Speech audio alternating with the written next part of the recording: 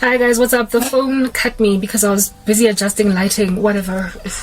Can't wait to get my camera. Anyway, whatever. In the last part, I ended by talking about, I was about to explain something about that Timothy Alberino spoke about, but, I got cut. Anyway, I was listening to this podcast with Timothy Alberino, and some other dude was interviewing him. And they were speaking on aliens and that deception and the recent interest in all of this extraterrestrial activity going on all over the show. They were talking on that, and among the topics highlighted was one of just the general desire of the global elites, for the earth. And Timothy was highlighting that these people don't care about us. If most of us would die, that would be great. And the thing that caught my attention best was when he spoke about the next industrial revolution, and he spoke about how the first ever industrial revolution was man-focused. It was heavily man-focused in the sense that people were needed to indeed bring about this, industrial revolution to a point where even children were working for 12, 13, 14 hours in factories just to meet the demand. It was very man-focused, but the coming industrial revolutions of the future, if not the one coming industrial revolution, is going to be without us. It's going to be very machine-focused. It's going to be artificial intelligence generated. And the intention ultimately by the global elites is to get as few people on the earth as possible who are just swimmingly being glided through life by artificial intelligence. And it's evil. It's a nefarious plan to basically get rid of the Homo sapiens species. The entire replacement of the human genome, what makes us people, to be replaced altogether by, what did he call it?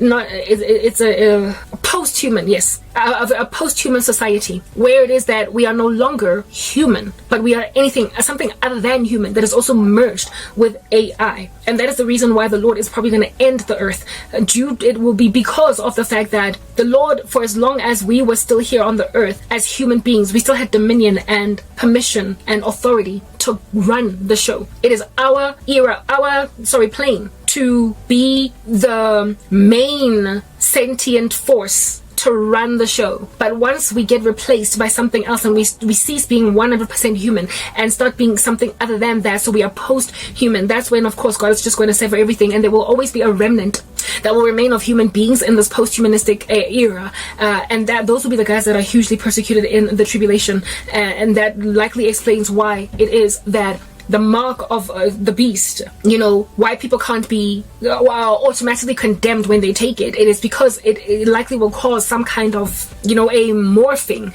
of the human being into something other than human, something that is post-human, and the remnant that remains will be slaughtered in a very inhumane way. I mean, we can't fathom today just chopping people's heads off with a guillotine, and yet that is something that has been prophesied in the scriptures. Do you understand? To happen in the future. So this post-humanistic world that we are gazing upon, it has been predicted by the World Economic Forum that it's happening in the next 120 years. As in, within 120 years, the human race will no longer be Homo sapien. It'll no longer be what it is that we understand it to be, that we understand to be human today. And Timothy Alberino believes that that is true, but that there will always be a remnant of human beings on the earth. That's the only reason why God would keep this a going concern at all.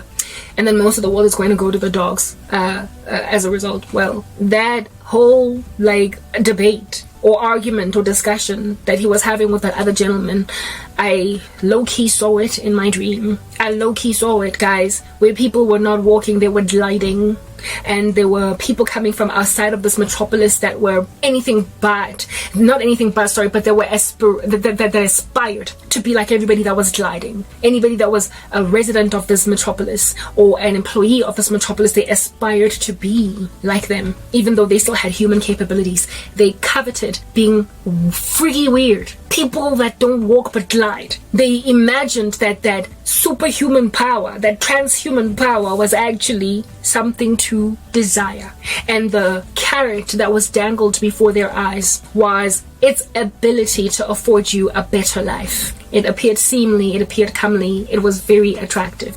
And people were falling for it all over the show. Now, guys, here it is that these randoms are gliding and they're not walking, and other randoms that are walking want to be like them.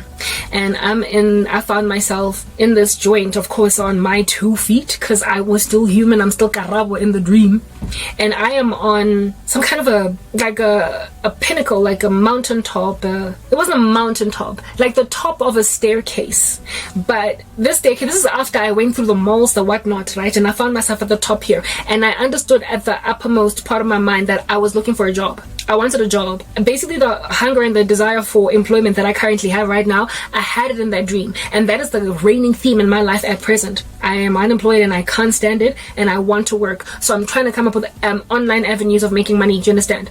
I'm currently looking for a job, albeit not within an orthodox space. I'm done with corporate South Africa. We all know that. In my dream, I had the same constitution. I was thinking about how I need to start making money. I'm tired of this life. Okay, and I found myself standing now at the top of this platform, man. You know, yeah, it was a platform. The steps, it had like these stairs going down, but they were heighty, very heighty. They were not normal stairs that if you just went down one step, you're not in too much danger. Here, it's like one step would, like, you had to plunge down. Not plunge. Plunge is a heavy word, but it was just a lot. You had to pretty much jump down, and it was black in color, the staircase, as it was going down, and there was like a water feature there, whatnot, because remember, this place is really beautiful. All right, I'm there looking from a sort of kind of bird's eye view, yes, and all the various places where I could work. So I'm looking at this metropolis from the angle that a person that's in a helicopter would look at the whole thing, almost like all my options are down there. I'm gonna knock on that door, that door, that door, that door, that door. I was looking at all of the businesses down on the ground where I could knock and give my CV from this pinnacle. But understand that, like I said, I was on a pinnacle, mountaintop, and in order to get to these businesses, I had to go down. I didn't have to climb a mountain, I had to climb down. But climbing down, guys, that's where things got weird. It was dangerous. It was like trying to climb down a mountain without a harness. And it's extremely steep and does not have a landing place that you can see safely, that if you land there you're going to be good. You could roll down to your death at any minute. So unless you have a harness, it is not safe to go down. Just stay where you're at. And in this dream, there were people, do you understand, that started out at the mountaintop where I was at, looking at this metropolis from a bird's eye view, trying to pick where to start applying for jobs. All of these people were walking. Remember, everybody that belonged to this environment was of this environment was gliding. But there were people who aspired to belong to it that were walking. And I was on this mountaintop with people who were walking, but they had aspired to glide.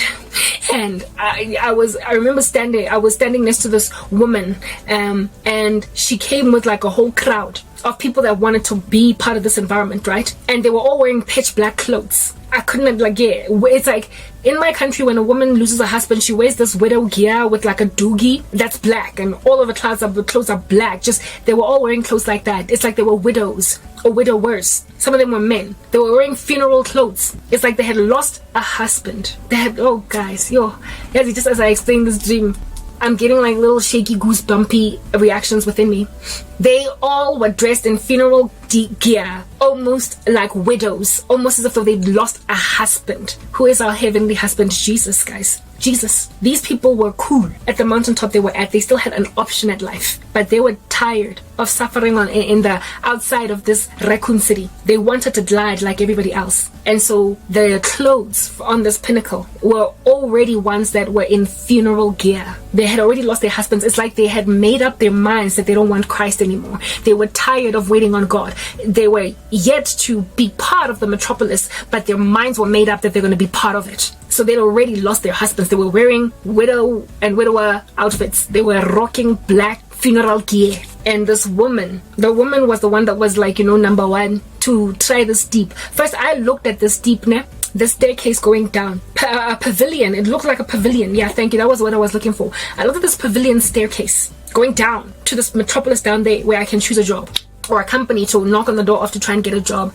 I looked down, guys, at it, and I was scared. I mean, and personally, I was nervous that I was going to fall to my death, and I tried to climb down, and I climbed down one staircase. Guys, if I tell you, it was my height. I'm 1.75 meters tall. Imagine climbing down a staircase where the height, or to get from one staircase to the other, is the height of a 1.75 tall human being. I mean, there you don't climb down, you jump down. It was that steep to go down one staircase. It was dangerous, and on top of that, it was like steep. It was steep, and I went down this one thing, and immediately in my heart I was arrested by fear. Fear of what? Heights. I understood myself as one that was going to fall to my death.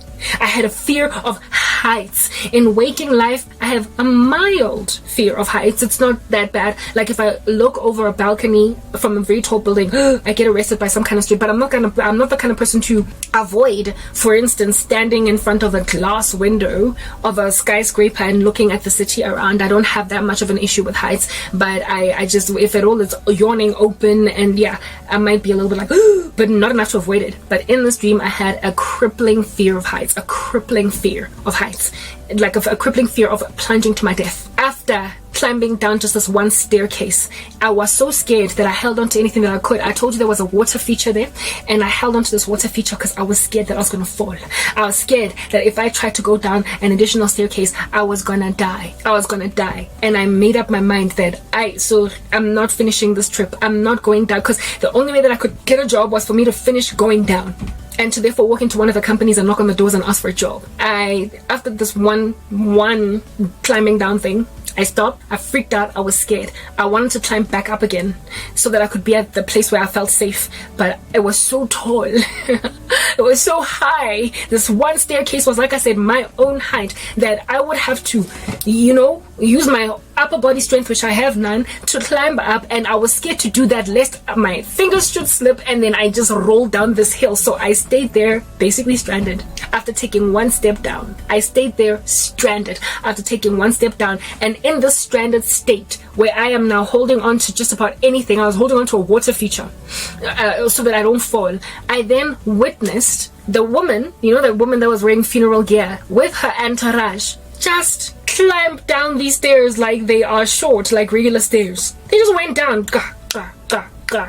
and they got to the bottom and started to walk towards the companies to go and apply for jobs. I was like, how did those people easily just go down like that? When I went down just one staircase and it freaked me out, and I'm now stranded, stuck here. I basically need to be rescued. Because there's no way that I'm moving here. I feel like I'm gonna die. And those people just went down their staircase and went on their merry way. You know what that represents? I'm just gonna go on and interpret this dream as I go along. You know what that was depicting? The conscience. The conscience. It was the conscience. Those staircase was a conscience. It is erect in certain people that when they want to break away from Jesus, they just can't. When they want to break away from what is normal human, they can't. And so the moment they take one step in the negative direction, they get arrested by God, and they fear free falling. They fear falling out from the hands of God. They fear falling to their demise. They fear God. They're frustrated by what's happening around them.